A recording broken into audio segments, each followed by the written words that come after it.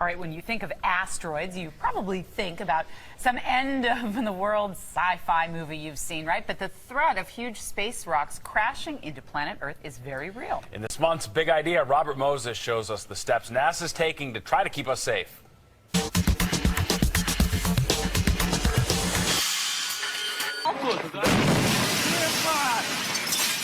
It came without warning.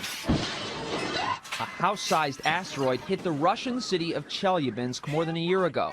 It was traveling at nearly 40,000 miles an hour and with more explosive energy than the nuclear bomb that exploded over Hiroshima. Those on the ground suffered injuries, mostly cuts, but no one died. Why? In a word, luck. Had it hit much lower, no one who observed the event would have been alive to talk about it.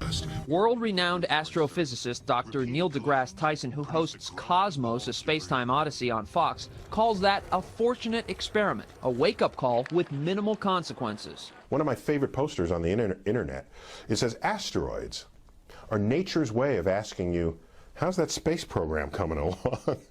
Before we go on, a word about terminology.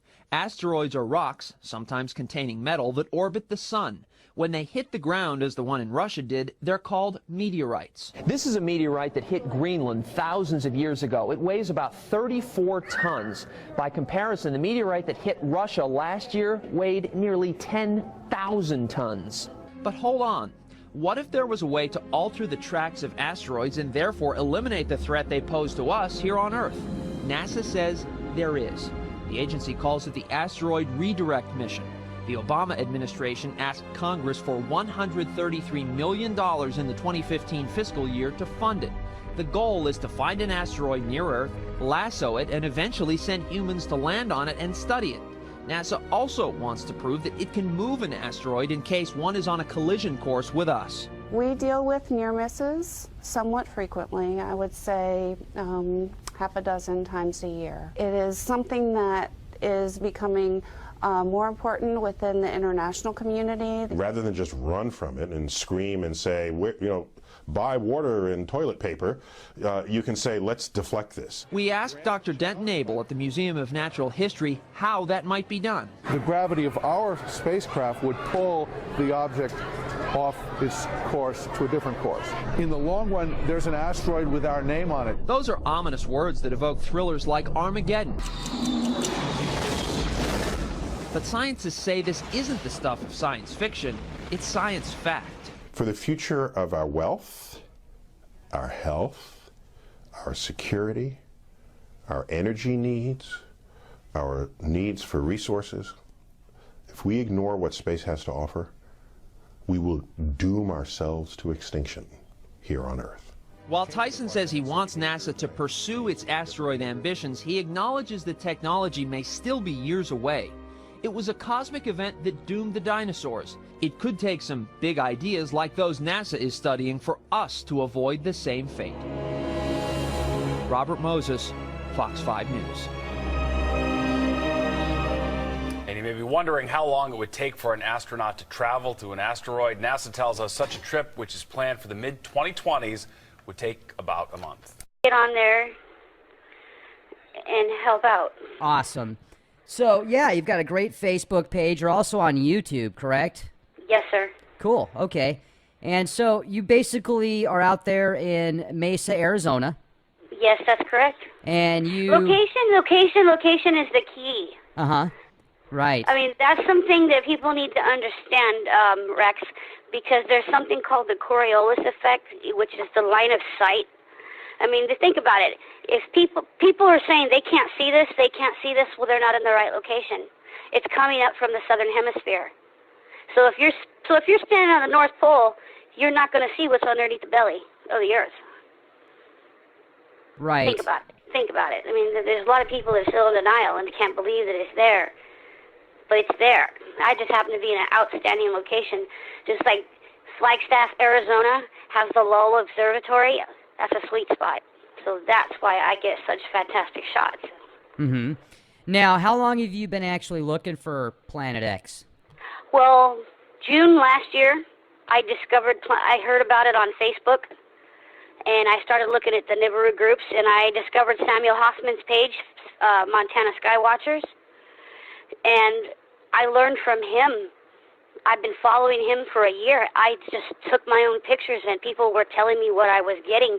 Sometimes I don't always know what I get in my pictures, but I know there's things there. I can tell when I look at the sky, the colors look different to me here. The colors are changing. I see hues of indigos. I see hues of green around the sun. I see blues. I sometimes see stripes in the sky, like dark rays of light. You might say like dark rays. And it's weird. But now, I think what's the elevation out there, Teresa? I'm not quite sure, but we can find out right now. I think it's in the 30.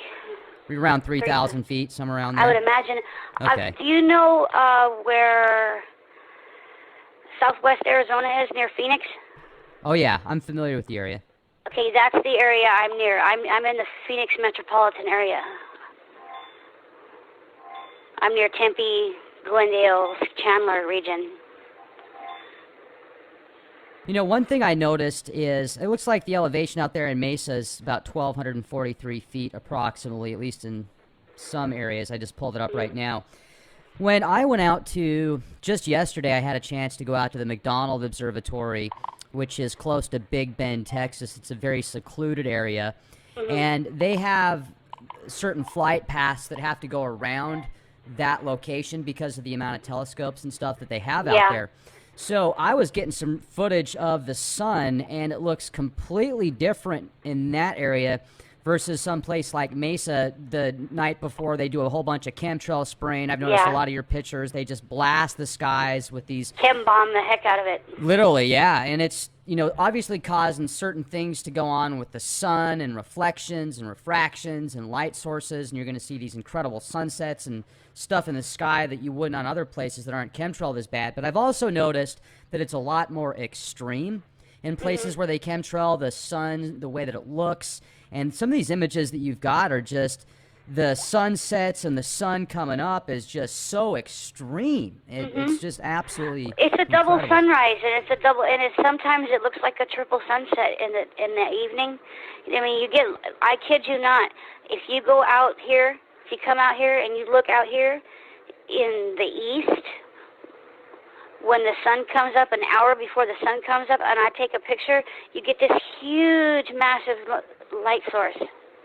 And if you look behind you in the west where the sun sets, there's a huge light source across right behind me as well. I mean, the light, it's all lit up all around, and it's a red, and there's a red, pink look along the horizon. It's from the red oxide of the system. It's that red oxide gas. It's all around our atmosphere. Now, do you notice on days that they spray a lot out there, do you feel different? Do people around you notice they feel different? It affects my breathing. It affects my husband's breathing. I mean, I feel fatigued more. The days when they spray, sometimes I feel like there's something sitting on my chest. That's part of Agenda 21, for them to spray us to death with chemtrails and kill us off. Well, and the thing about the chemtrails, there's probably multiple reasons for them. And they're trying to hide the truth from what's up there. They're trying to hide what's in the sky. And see, and that's when I pay attention the most, was when they're spraying, because I know it's obvious. It's just so obvious. And sometimes they fail when they spray. They don't even hide it. Sometimes it's just, hello, it's right there in your face. How can you not see this? Well, now, how much time a day do you typically spend out there getting footage? Do you do more photos than video, or is it kind of 50-50? It's a 50-50. I mean, I do it. I'm at it daily. I do this daily. Here, I haven't been doing it as much, only a few times a day because it's been so hot. But when I'm like out there multiple times a day before sunrise, after sunrise, during sunset, after sunset. I try to get out there at different times of the day, multiple times a day. As long as I'm able, I'm out there. Now, do you have a lot of other people that you work with as well in Mesa, or are you kind of a solo? I'm by myself, but I have a friend of mine. Her name is Catherine Rizal, a.k.a. Rusalka Woodvine. She's a dear, great friend of mine. She helps me with the scientific understanding. She's the one that explained to me about the Coriolis effect and how your location is the key. So she helps. She's on Facebook too. She's had a lot of. She's been who's who, and she's been in medicine, and she's done a lot in her career. And she's a very big researcher. So she helps me with a lot of the technical understanding. She sent me a bunch of notes to look back on, so I don't stumble on myself. But I feel like I just did anyway. Is it more intense out there now as far as the light on your skin versus 10 years ago, 20 years ago? Are you from Mesa? I grew up in California. Okay. But I've lived here for a long time. The heat is a prickly, hot, burning heat. Now, tell our audience a little bit about yourself, Teresa. For those that might want to check out your videos on YouTube, I'd recommend just going to YouTube, typing in Teresa Caldwell, and then your channel comes up, correct? Yes, sir. So, what do you want to know? Well, I mean, what's your story? You're from California, and then you. I grew up in Southern California, and then I moved to Arizona as an adult. I've been living here in Mesa now since 2009. So far to now. I mean, time flies, doesn't it? Yeah, it does. I discovered the Nibiru system on Facebook, like I said, and at first I was a naysayer too. I was like everybody, well, I can't see this, I don't know. So I started doing my own research and my own homework, and I started looking at Carlos Ferrata's work. I follow his research. He's the one that said that Nibiru is like a comet/planet because it has a tail. You know, and I listen. Bob Evans has helped me with his photos, and just learning and reading and taking my own pictures. I'm also an artist. I do a lot of drawing. Okay, and you draw stuff on Nibiru and Planet X now? Sometimes I get the winged disc in there. Yeah, nice. Okay. Well, let me ask you this as far as the way that once you've realized in your mind that this Planet X does exist. Oh, I know it's real. Okay.